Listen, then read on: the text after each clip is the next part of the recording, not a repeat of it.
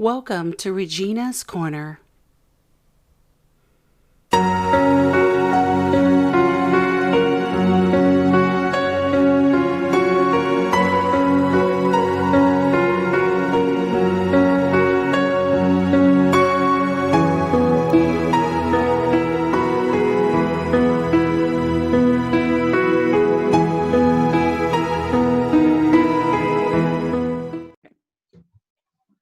Okay, we're recording now. Welcome everybody to Regina's Corner. My name is Regina Marks, and we have a wonderful guest here today. I've been knowing her for a long time, and I've been trying to get her on here, and I'm so glad she's here today.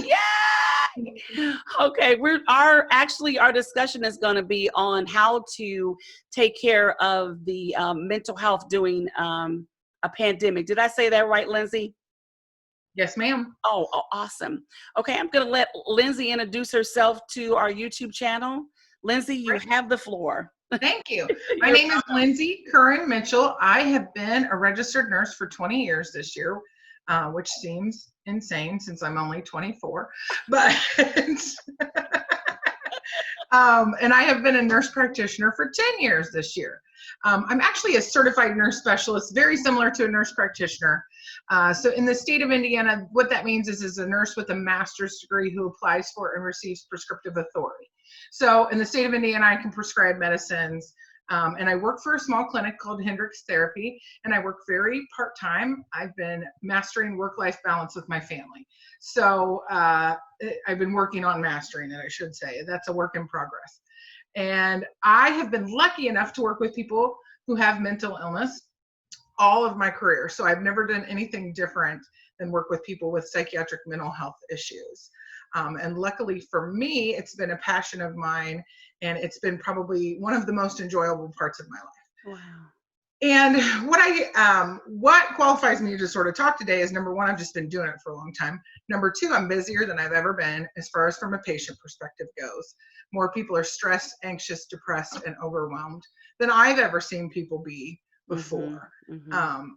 So we sort of need to talk about, like, if I have a mental illness, how do I need to handle my issues during pandemic?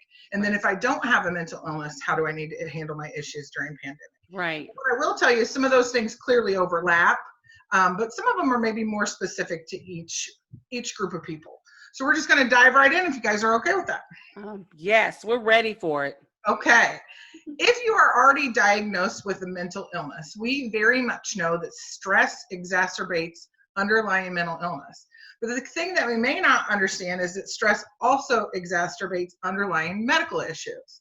So people are experiencing more issues with asthma, more issues with their lupus flare-ups, more issues with chronic pain. All those things are manifested through stress. So we really have to start becoming more in tune to our bodies. If we're already diagnosed with a mental illness and or a chronic illness of any sorts, we need to start kind of cluing into our body. If I'm in more pain, why am I experiencing that pain?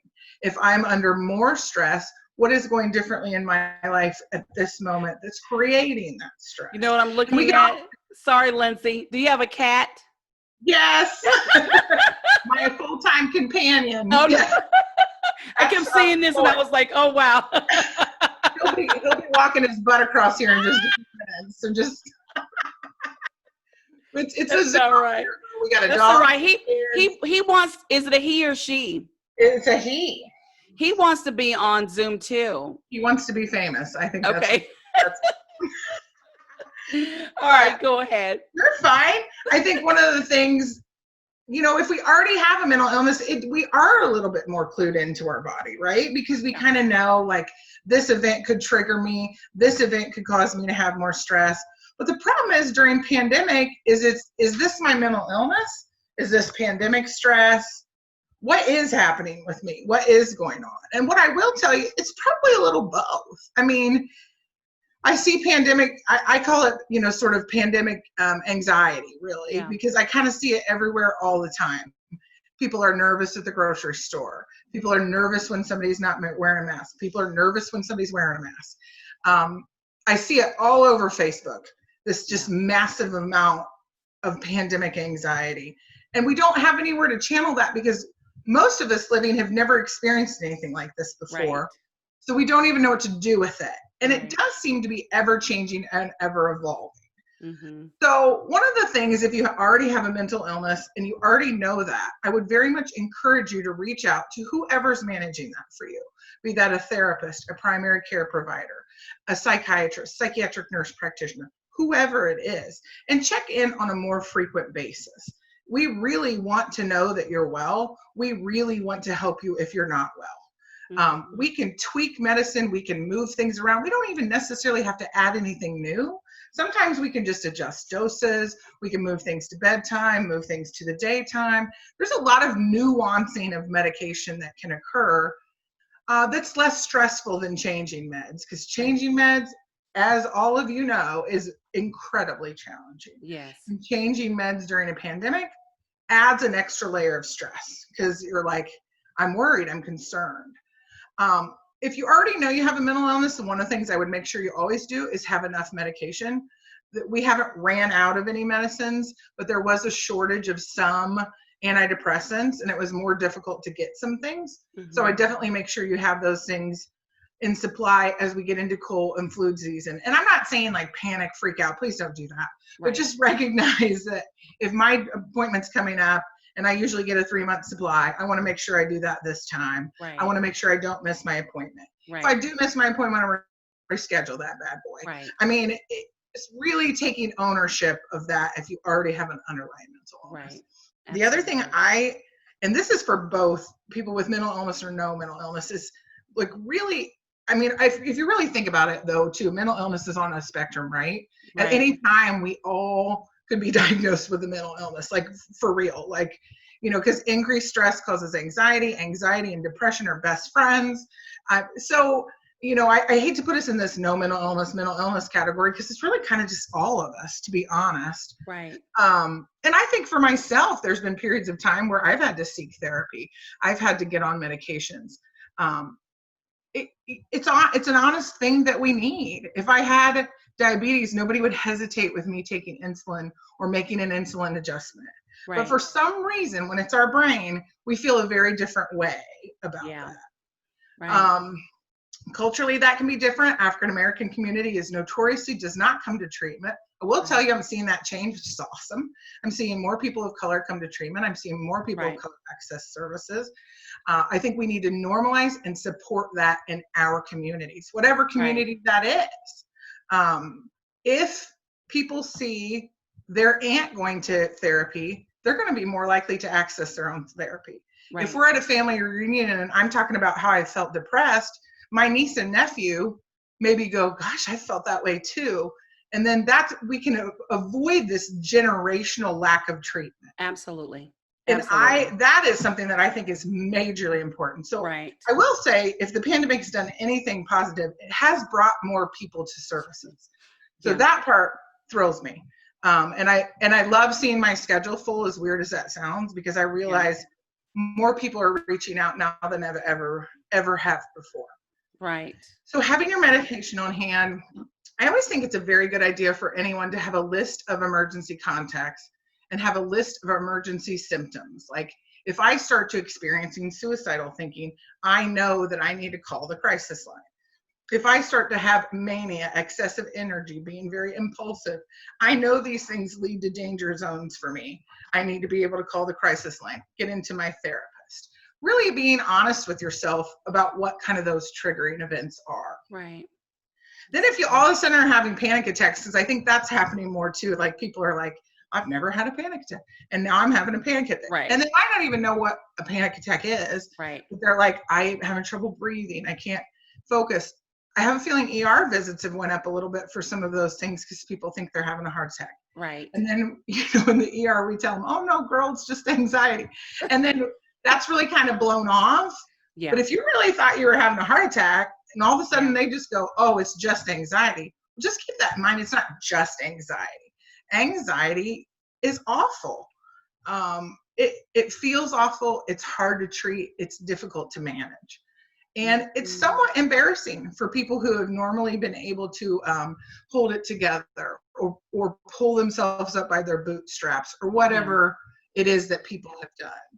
Anxiety manifests itself in different ways in different people.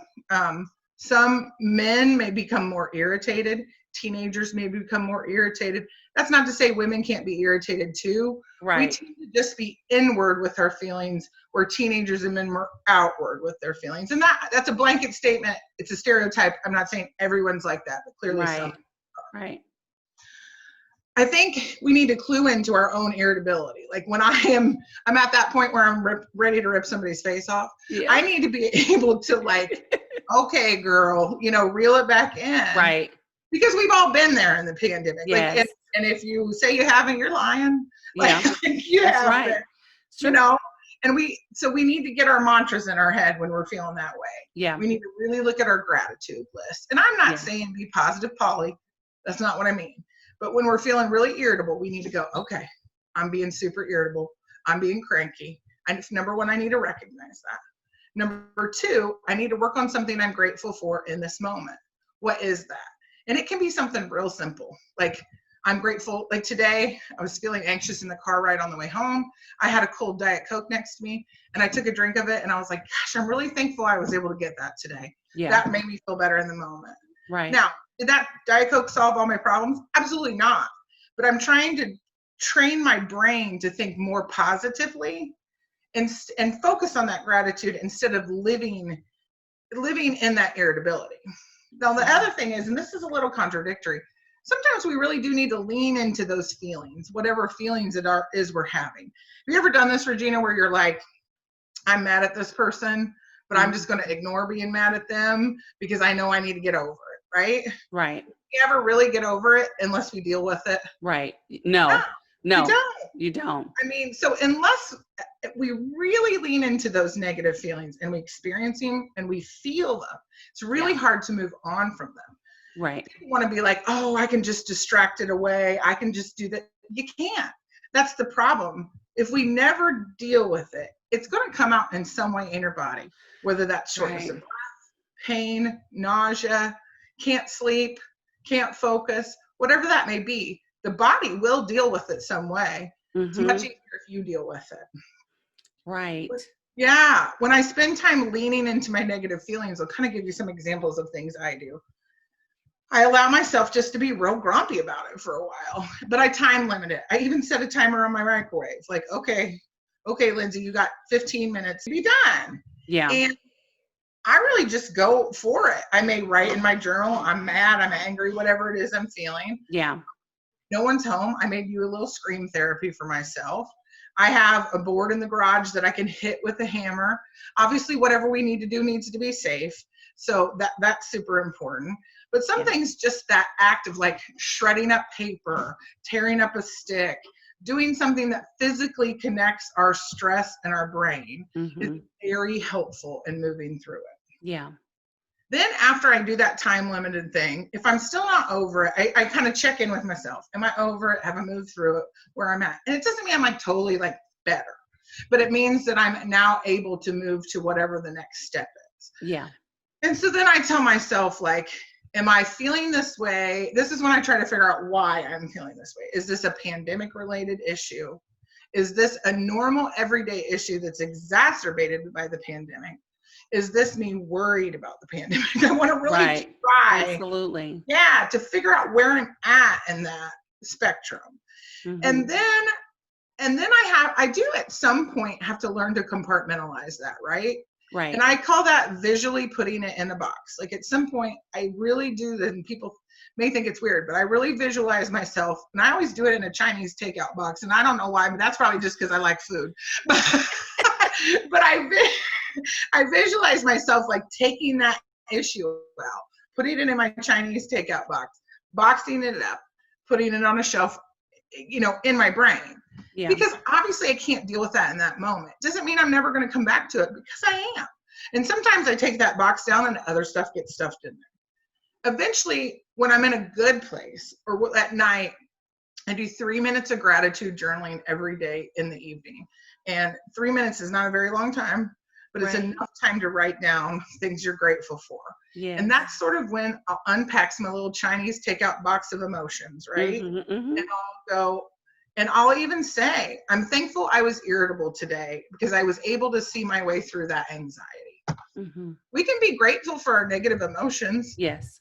Because if we don't have them, it's very difficult to ever feel the positive emotions. Yeah.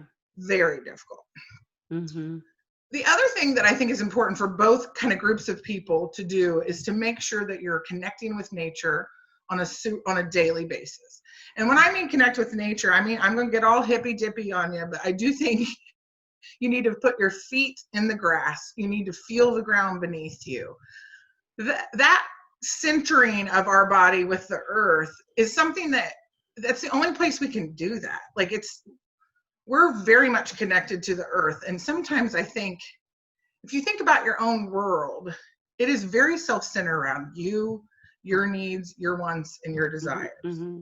But when we really take ourselves out into nature and we connect with nature, we realize how small we are in the spectrum of all the world, right? Absolutely. Yeah. And then when I'm out there with Mother Earth, that's when I start to talk to God. I recite my Bible verses. I do my mantras in my head. One of the mantras I always do is, Lyndsay, we're looking for improvement, not perfection. Because I think women especially have a problem with wanting to be perfect. There's a whole lot of reasons for that we could talk about, but that's not about this today. But invite me back and we'll do that one. All righty then. I sure will, Lyndsay.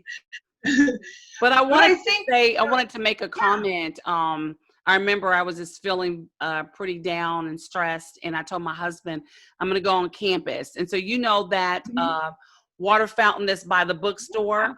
Yes. And I just sit there and because I love water, and I just let the water, the water was just falling, and I'm watching it. And then once I got to where I felt like that I was calm, and I felt like I can have a conversation with the Lord now. And so I started talking to God and started praying about my situation. But I was just watching the water flow and just, started being grateful for everything around me. Yeah.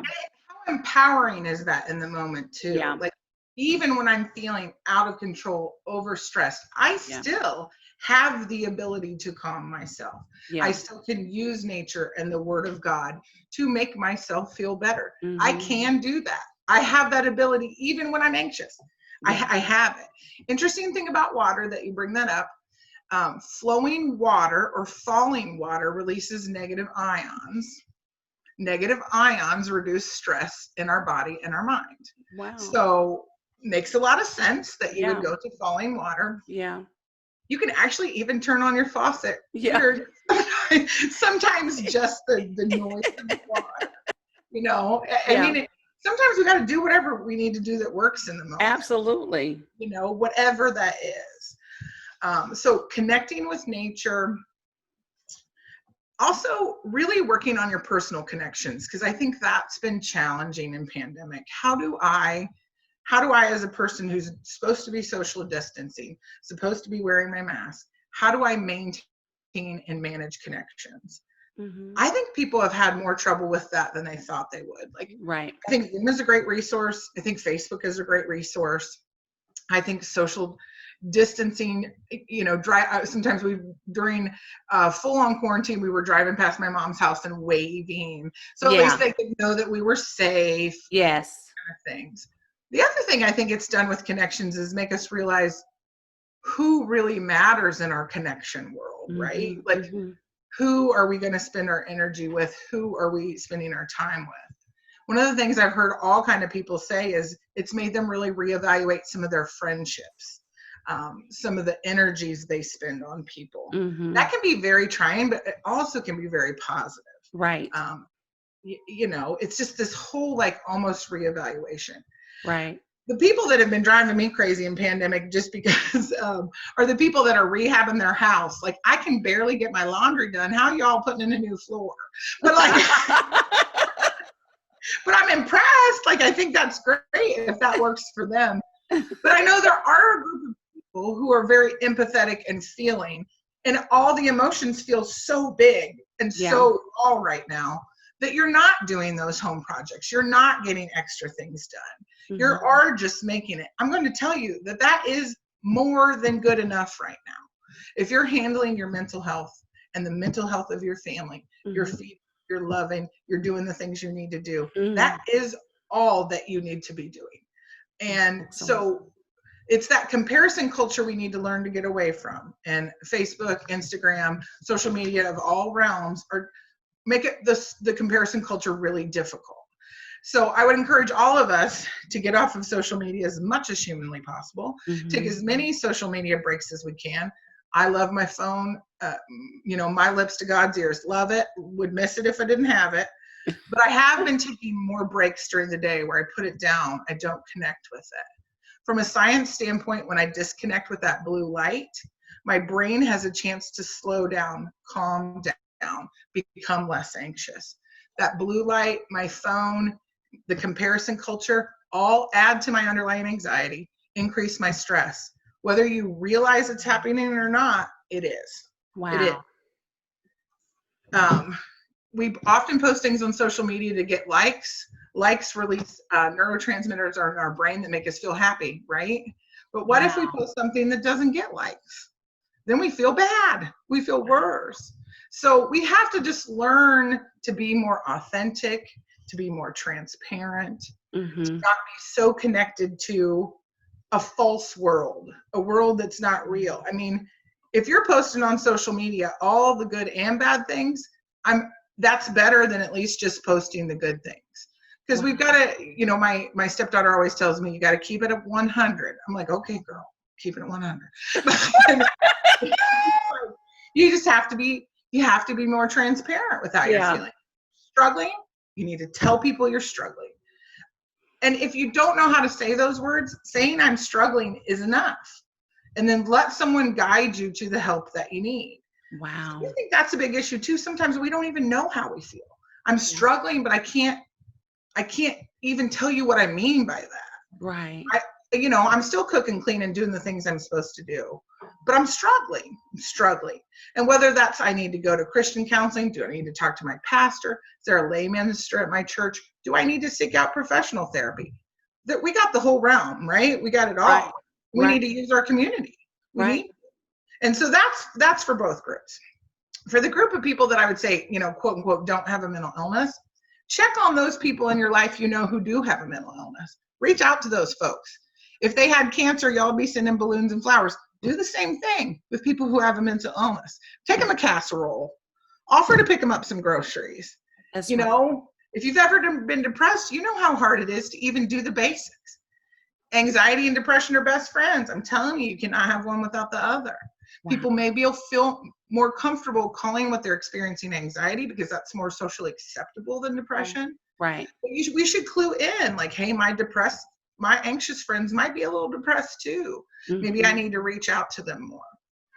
Research tells me, and lifelong social service servant's heart tells me, the more I give, the better I feel. Right. Selfish, right? It may be a little selfish. Yeah. But it's true. Yes. I mean, research tells me volunteering and giving to others is as effective as medication. It really is.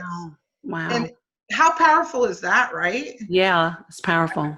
It is. That's why the Lord had a servant's heart, because he knew the more he gave, the better he would feel, the better the people around him would feel. Yeah. I'm saying that's based on what I think. Sure. Absolutely. Absolutely. Yeah. I get it, Lyndsay. In other words, when Jesus was here, he was doing the will of the Father.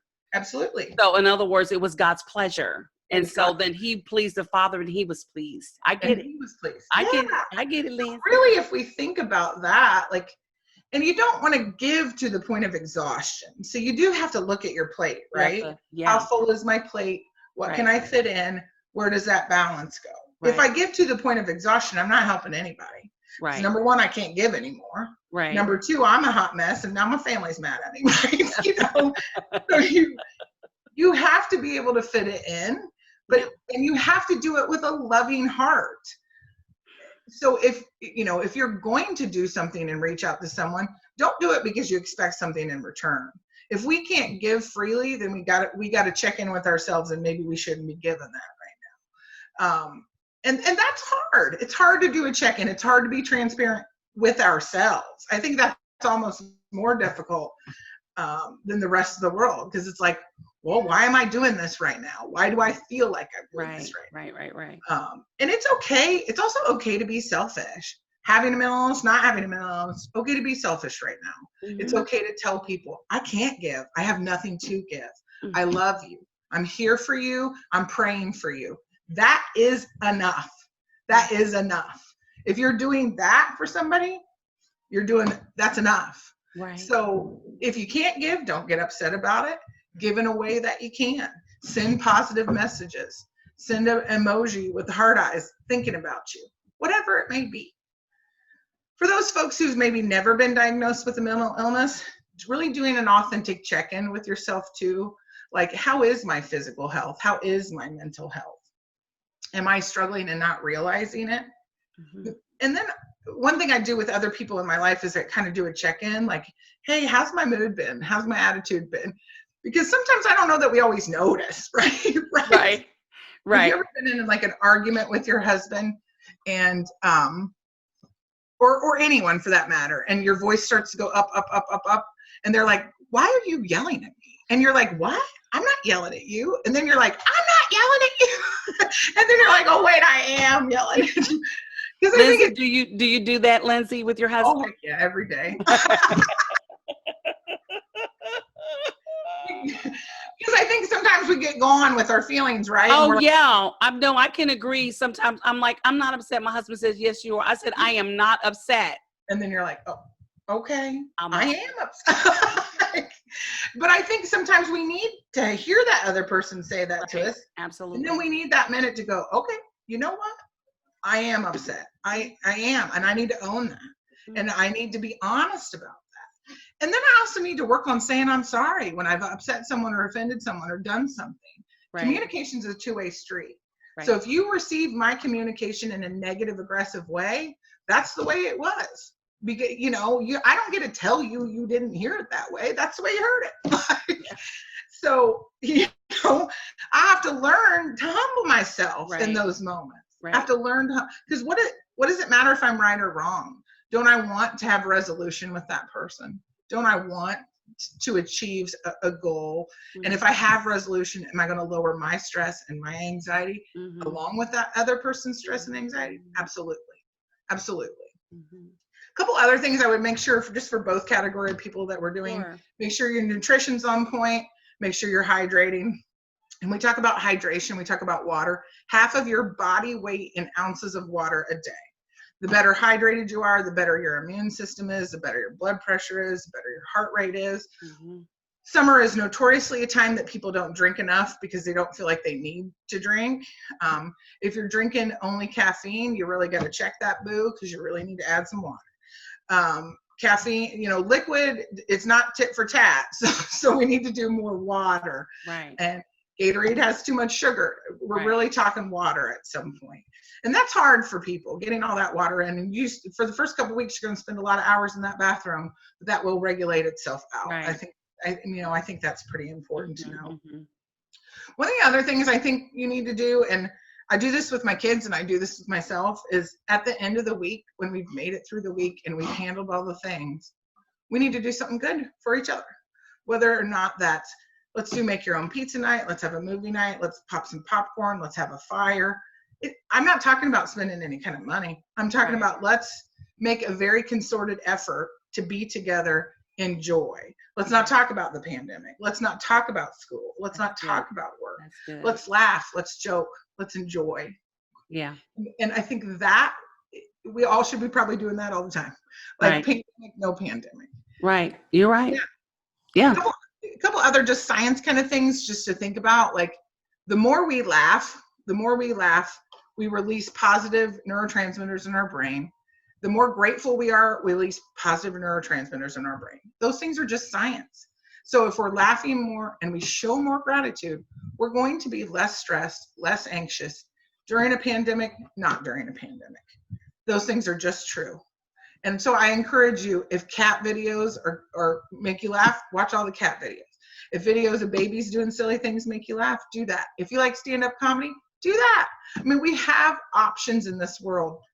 We're so connected, right? We can get anything at our fingertips. Yeah. And this is a good way to use it. You know, do things that bring you joy. Yeah. That bring you joy. They don't have to be things that bring anyone else joy. You. What do you like? What do you want to do? Yeah. I think I'll basically end it by saying, I think that this pandemic gives us an opportunity. And I don't think many people have said that, but it gives us an opportunity to really check in with ourselves. Yeah. What brings us joy? Where are we struggling? What has the pandemic highlighted in our lives that we really need to check and we really need to figure out? And maybe I can't do that right now, but if I'm writing those things down for myself and I'm getting a goal and going, I'm going to work on this, even if it's, I'm going to work on this in the next year, in the next 2 years. We're here for a while, so we don't have to be in a hurry to do anything, but we do need to recognize what we need to do. Yeah. And, you know, lastly, if you're feeling suicidal at any point in time, wherever you live, there's a suicide hotline. Know it, find it, do it. Reach out to those people in your life. If you're feeling suicidal and you need somebody to talk to, there are always somebody available. So please make sure you're doing that. If you're in Indianapolis, is that where most everybody is that is in your corner, or are they all over the place? They're all over the place. Oh, all over the world. Okay. Well, there's a national suicide hotline that you can look up online. Most every community has a suicide hotline as well. So if you're struggling in that way, please reach out to those professionals that can help you. That's not necessarily something that you can talk to your best friend about, right? That's, you may tell them what's up, but you need to understand that they may be shell-shocked with that information. So you're going to have to reach out to some other professional resources, because that's a lot for people. But do reach out to somebody and ask for help. Yes, absolutely. The more we can ask for help, the more we will receive it. I 100% believe that. And anything else I need to cover that I missed? This was so fun. No, it was so fun. Plus, I haven't seen you in a long time. No, thank you so very much. I believe that you gave a lot of resources of how to move forward and how to keep it moving. Yes. And also you gave resources if you're stuck and unable to move, how to call for help, Absolutely. So you covered actually everything, but you always do whenever, everybody, Lyndsay and I have worked together before. And so we've been knowing each other for quite some time. Yes. And I'm just so glad, because she is tremendously busy, and I'm just so grateful that you were able to talk with me. We were able to connect, and I miss you. I miss you. And I'm grateful for you too. We talk about giving and serving, and this always fills my cup up. Helping other people fills my cup up. It's one of the things that I need to do more of, and I try to do more of. Yeah. And when we talk about finding your thing, this is my thing. Yeah. So, you started Regina's Corner because it's your thing. Yeah. It helps you. As much as you're helping other people. It does help me. Yeah.